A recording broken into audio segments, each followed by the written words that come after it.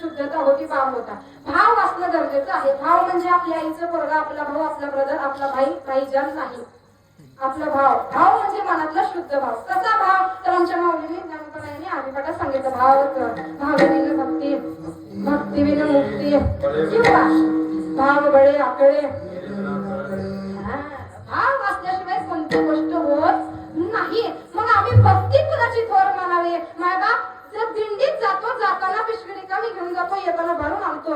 मग दिंडीमध्ये तुम्ही खायसाठी जाता का? नाही बाबा. दिंडीमध्ये कशासाठी जाता? तर देवे दिला देह भजना कोमटा आणि तो या झाला फाटा बालिकेचा. का जाता? तर एवढे लाखो करोडो वारकरी माझ्या भगवंताची वारी का करतात? तर माझ्या विठोबाचा कैसा प्रेम भाव आणि आपणची देव होय गुरु. अरे किती प्रेम आहे, किती प्रेम आहे. मागे पुढे उभा राहे सांभाळायचं आणि आली आघा निवाडाया. आमचं भगवंत किती छान आहे सांगू तुम्हाला. एखादं बाळ तुमच्या जन्माला यावं, दवाखान्यात गर्दी होते. किती गर्दी होते, किती आनंद होतो. एखादं छोटस बाळ तुमच्या घरात यावं, घरदार सगळे नष्टपार सगळे जातात. कशाला जातात? ते बाळ बघायला जातात. बाळ बघायला जातात. मग बाळ जन्मलं कुठे? जन्मलं गोकुळात जन्मलं. कुठे जन्मलं हो बाळ? गोकुळात जन्मलं. मग ते बाळ साधं होतं का? साधं होतं का? नाही. कोण सांगितलं? सोपं करून सांगू, अभंग सांगत नाही. आमच्या नाथरायाचं भारूड सांगते. नाथ महाराज माहितात ना? एकनाथ महाराज त्यांनी जगाला शांतीने देव प्राप्त होतो हे शिकवलं. आमच्या नाथरायाने भारूड दिलं. भारूड ऐकले ना? भारूड गबाई बयो अडगे माय.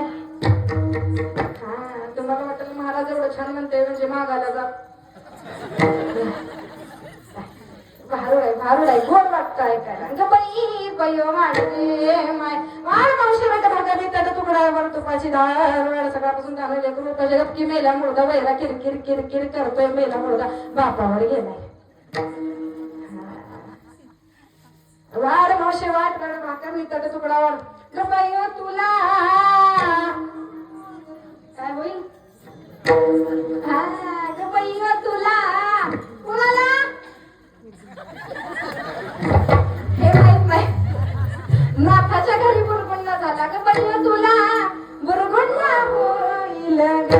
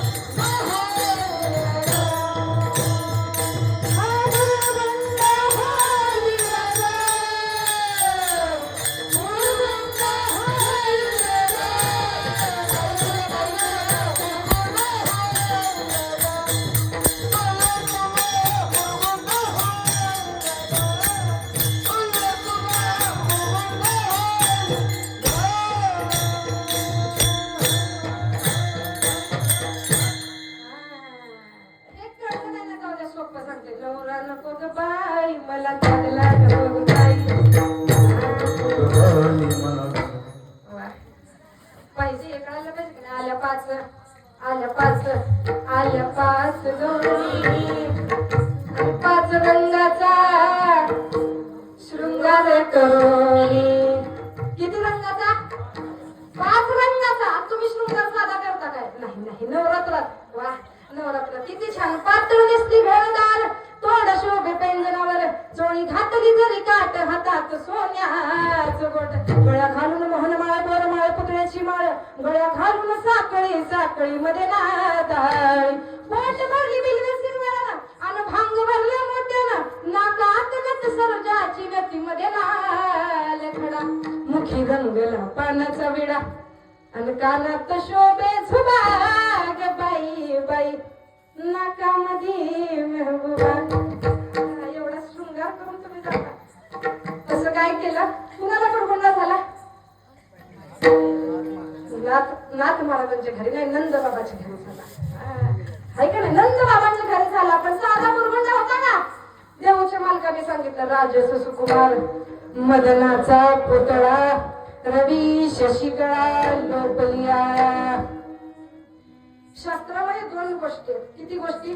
2 गोष्टी. ब्रह्मा विष्णू महेश या तिन्ही देवाने या ब्रह्मांडाची उत्पत्ती केली. आणि ब्रह्मांडाची उत्पत्ती करताना 2 जीव तयार केले. पहिला जीव म्हणजे स्त्री आणि दुसरा जीव म्हणजे पुरुष. या दोघांमध्ये भेदभाव केला. कसा केला? स्त्री आणि पुरुष एवढा फरक केला. फरक केल्याच्या नंतर जगातला सगळ्यात सुंदर पुरुष. आता गावातल्या लोकांना कुणाला तर वाटत असते मी पैलवान गडी आहे, माझ्यासारखी मिशी कोणाला नाही, दाढी कोणाला नाही, माझ्यासारखे स्टाफचे कपडेच कोण घालत नाही, पत्राला इस्त्री करून झाला पण गडी ऐकतेच झाला. आणि महिला मंडळींना वाटत असतं माझ्यासारखी नागशीरबाई सुंदरबाई अख्ख्या बारुळ गावात. प्रत्येकाला वाटतं इथे जाती आरशात बघती आहे का नाही.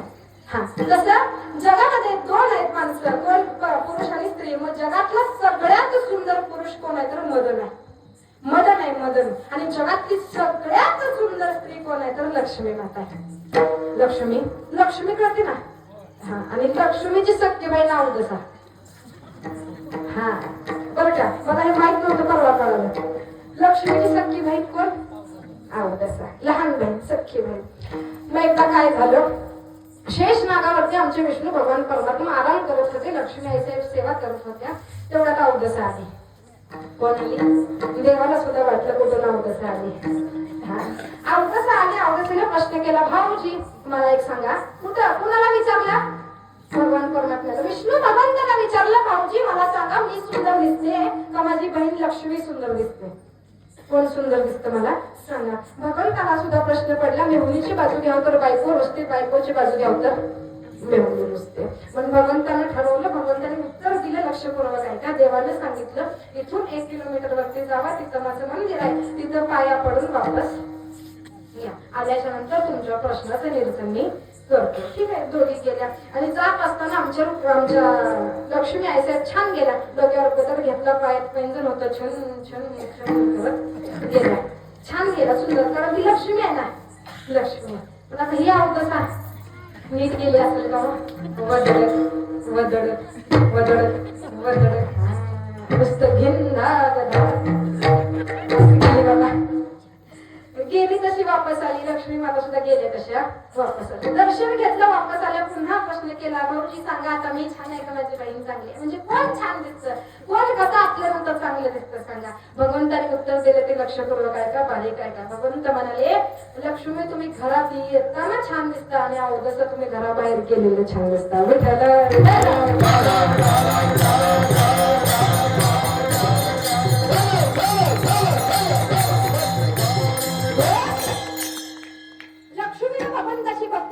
लक्ष्मीच्या जागेवर स्थान मिळालं. अवदसेला भक्ती केली नाही म्हणून अवदसेला अवदसेचाच स्थान मिळालं. अवदसा घरात आहे आणि लक्ष्मी घरात आहे. उदाहरण सांगितलं का तर याची दोर भक्ती आवडती देवा. पण किती आवडती हो मी सांगेन तुम्हाला. एका मुंबई भागामध्ये, पुणे भागामध्ये भाऊसाहेब नावाचे एक मोठे थोर संत होऊन गेले. आमच्या सोनाली दिदीच्या गावात तिथं कल्याण स्वामी महाराज असतील, भगवान बाबा असतील, हे सगळे माणसं तिथं असं आमचे सगळे संत मंडळी आहेत. पण एवढंच नाही मायबा, तर मुंबई भागामध्ये भाऊसाहेब नावाचे मोठे संत होऊन गेले आणि त्यांनी ठरवलं की आता आपल्या बाबुळगावमध्ये चालत असणारा हा अखंड हरिनाम सप्ताह, असा सप्ताह करायचा त्यांनी ठरवला. आणि सप्ताहाचं मंडप त्या ठिकाणी मारत होते. मंडप मारत असताना खड्डा खणावा लागतो, त्यात बाजू खांब लागतो. बरं ठीक आहे, खांब रोवत होते. पहिला खांब झाला, दुसरा खांब झाला, 5, 6 असे 10-15 खांब झाले.